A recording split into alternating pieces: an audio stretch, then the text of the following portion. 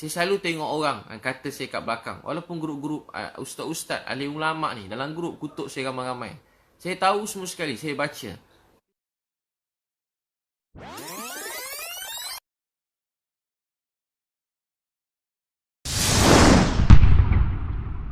Saya kalau sedih orang kata kekeji, saya ni sedih juga. Bila saya sedih, ubat saya nangis. Nangis pada Allah. Dan bila saya sedih, saya kata, ya Allah, kalau ada pahala untuk sabar ini, saya hadiahkan untuk mak saya. Saya hadiahkan untuk mak saya. Saya hadiahkan untuk mak saya. Kalau ada pahala untuk sabar ini, saya hadiahkan untuk mak saya. Saya hadiahkan untuk mak saya. Saya selalu tengok orang kata saya kat belakang. Walaupun grup-grup ustaz-ustaz, alim ulama ni dalam grup kutuk saya ramai-ramai. Saya tahu semua sekali, saya baca. Tapi saya pun tak mau balas-balas. Saya pun tak nak gaduh dengan siapa-siapa. Saya doa mereka dapat kebaikan hidayah. Saya patut tak cerita saya tersebut. Moga Allah maafkan saya. Jadi bila benda-benda macam tu saya terbaca, saya tahu ulang-ulang kali orang kata saya hari update status sana sini. Saya tak kacau hidup dia. Saya tak kacau hidup dia. Saya tak pernah sentuh hidup dia. Saya tak sebut nama dia. Saya tak pernah keji dia. Saya tak pernah hina dia. Saya tak pernah minta apa-apa kat dia. Sesin pun saya tak minta kat dia. Satu apa pun dia orang tak didik saya. Yang didik saya ustaz-ustaz, cikgu-cikgu saya dulu. Mereka dah meninggal dalam kubur. Saya tengah malam dengar seorang cikgu saya dah meninggal. Saya tak kenal dia. Tengah malam saya dengar ada orang tengah nangis kat Masjid Seri Petaling. Ada orang nangis. Saya pergi kat situ. Dulu, bukan yang baru ni, dulu. Saya tak pergi Masjid Seri Petaling baru ni masa Covid ni, saya tak pergi. Ramai ingat saya pergi. Ustaz dah buat saringan, saya tak pergi. Biasa saya pergi dulu. Sekali masa saya pergi, ada seorang tengah nangis doa. Tahu apa dia doa? Ya Allah, jagakanlah Abid Liu ni, Liu Yun Pao, Linda Liu. Dia doakan keluarga saya seorang-seorang. Siapa pula doa aku tengah malam ni? Saya tengah mengantuk, hilang mengantuk. Saya tengok-tengok di antara salah seorang cikgu saya yang saya dah tak jumpa lebih 10 tahun. Dia nangis untuk saya. Dia nangis untuk mak saya. Dia nangis untuk ayah saya. Dia menangis untuk keluarga saya. Tengah malam dia nangis untuk saya. Itulah ustaz alim ulama yang sebenar. Tengah malam nangis untuk umat. Nangis untuk orang jahat. Nangis untuk penzina. Nangis untuk orang tepi jalan. Nangis untuk orang jauh pada Allah. Nangis untuk orang bukan Islam. Doa, ya Allah, jangan marah mereka, beri mereka hidayah. Ya Allah, fahamkan mereka. Ya Allah, fahamkan mereka, beri mereka hidayah. Tengok orang jahat, ya Allah, jangan marah mereka, beri mereka hidayah. Ya Allah, kesian ke Abid Liu ni, beri dia hidayah, bimbing dia. Malam-malam nangis, siang dipegang sikit. Abid, ni ada salah sikit Abid, betulkan sikit. Dia telah banyak buat baik kat saya, dia tegur saya sikit. Dia tegur saya sikit dia tegur. Sekarang berbeza. Banyak ustaz-ustaz, alim ulama, mereka keji kita kat belakang. Cakap kat belakang, hina kat belakang. Cakap bukan belakang, depan juga kat Facebook, kat Instagram. Bukan baru ni, dah lama dah. Banyak kali dah, setiap kali update. Saya banyak juga kadang-kadang pergi mana tempat tiba kena halau. Yang halau pun ustaz juga halau kan? Halau pada masjid. 2-3 tempat saya pergi, ada kena halau. Saya pergi berdakwah free, masa free. Lepas tu saya, kalau masjid ni saya kadang saya ada charge supaya mereka urus sikit surat untuk saya. Kalau saya bagi free, saya dah kena halau. Bukan dulu-dulu kena halau ke masjid. Saya bukan cakap apa-apa. Saya tak sentuh hal-hal semasa, nak sentuh orang. Tak, saya bukan orang macam tu. Saya tak suka nak sentuh hal peribadi orang. Ni bukan saya. Tapi tahu tak apa jadi? Orang halau, orang keji. Tahu tak apa saya nak beritahu tuan-tuan sekalian? Sedih orang sekarang patutnya ramai alim ulama yang baik-baik, yang soleh, yang sangat saya hormati, membuat saya semakin cinta sayang pada Islam. Tapi ada juga alim ulama yang baik-baik, yang belajar jauh-jauh. Dia jadi macam, dia penat agaknya belajar jauh-jauh. Penat belajar jauh-jauh. Lepas tu tengok tiba Cina mana pula ni agaknya. Tapi macam tu, keji kat belakang, cakap bukan-bukan. Saya macam pada dulu lagi. Saya tak kacau hidup dia, tak sentuh hidup dia. Saya tak susahkan dia pun. Saya tak minta sesuap nasib pun kat dia. Saya pun tak ada kacau hidup dia, tak pernah keji dalam ceramah saya tentang dia. Saya cuma berkongsi kebaikan. Ni kan dunia Instagram, Facebook. Saya memang saja banyak-banyakkan baik-baik. Sebab anak-anak saya pun ada Facebook, Instagram. Saya nak dia tengok benda baik-baik. Saya nak banjirkan benda baik-baik dalam Facebook, Instagram ni. Saya nak anak-anak saya tengok.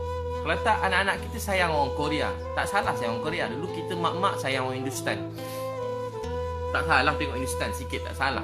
Tahu tak apa yang salah? Salah bila tak ada orang tengok Hindustan. Sekarang anak Korea, sekarang terikut setengah-setengah. Bukan semua sikit-sikit terikut-ikut. Jadi kita nak marah orang Korea? Tak. Dia banyak kebaikan yang boleh kita belajar. Tapi tahu tak apa yang kita ni? Kita orang Islam kena banyakkan contoh-contoh yang baik. Meninggal tinggalkan contoh-contoh yang baik. Itu abang kakak, apa tu dakwah? Dakwah ni, kita dakwah manusia, tak nak agama, datang dekat pada agama, tu dakwah. Malam nangis, ya Allah mereka tak tahu, tak faham, beri mereka hidayah. Ya Allah, mereka tak faham, tak tahu, beri mereka hidayah. Ya Allah, mereka tak faham, tak tahu, beri mereka hidayah. Ya Allah, mereka tak faham, tak tahu, beri mereka hidayah. Ya Allah, mereka tak faham, tak tahu, beri mereka hidayah. Saya kakak abang, saya kalau dakwah dekat, saya jenis tak takut kalau buat dakwah ni. Tapi dengan alim ulama, ustaz-ustaz, cikgu-cikgu ni, saya ada rasa, memang saya tahu saya bodoh, jahil. Jadi saya penuh rasa kemuliaan pada mereka, penuh rasa hormat, muliakan mereka daripada dulu. Daripada dulu saya hormat, sayang. Semua ustaz-ustaz, cikgu-cikgu ni saya hormat, saya sayang. Kalau dia orang ni hentam saya memang tak jawab, saya diam. Saya selalu rasa macam bodoh, saya nangis, sedih, saya nangis. Tapi kalau orang tepi jalan, saya tak takut. Pada umur 15, saya pergi kat satu tempat, budak-budak jahat, saya dakwah. Ketua dia badan bertatu, umur 30 lebih, kerja merompak sana sini. Yang saya pernah cerita, dia ikut saya. Motor beratus geng dia, motor-motor, budak-budak motor, budak-budak yang macam-macam, curi motor, curi kereta. Saya dakwah dia. Alhamdulillah, ramai ikut saya, mereka berubah. Sampai saya pernah cerita, dia berubah jadi sebaik-baik orang. Masa dia meninggal, masakan berdakwah tengah malam, dia meninggal dunia. Tengah malam berdakwah, meninggal dunia. Orang baik. Sebab tu kita tak tahu kesudahan seseorang. Tu jangan pandang rendah pada orang tepi jalan, pada budak-budak jahat. Mereka anak-anak kita, mereka keluarga kita. Ya Allah, sayang mereka, mereka tak faham, tak tahu. Beri mereka hidayah. Jangan keji dia. Kita kalau baik sikit, dengki ke orang, benci orang jahat. Dia ni mana mak opak dia tak pajar, tak ajar-ajar apa dia. Teruk tu.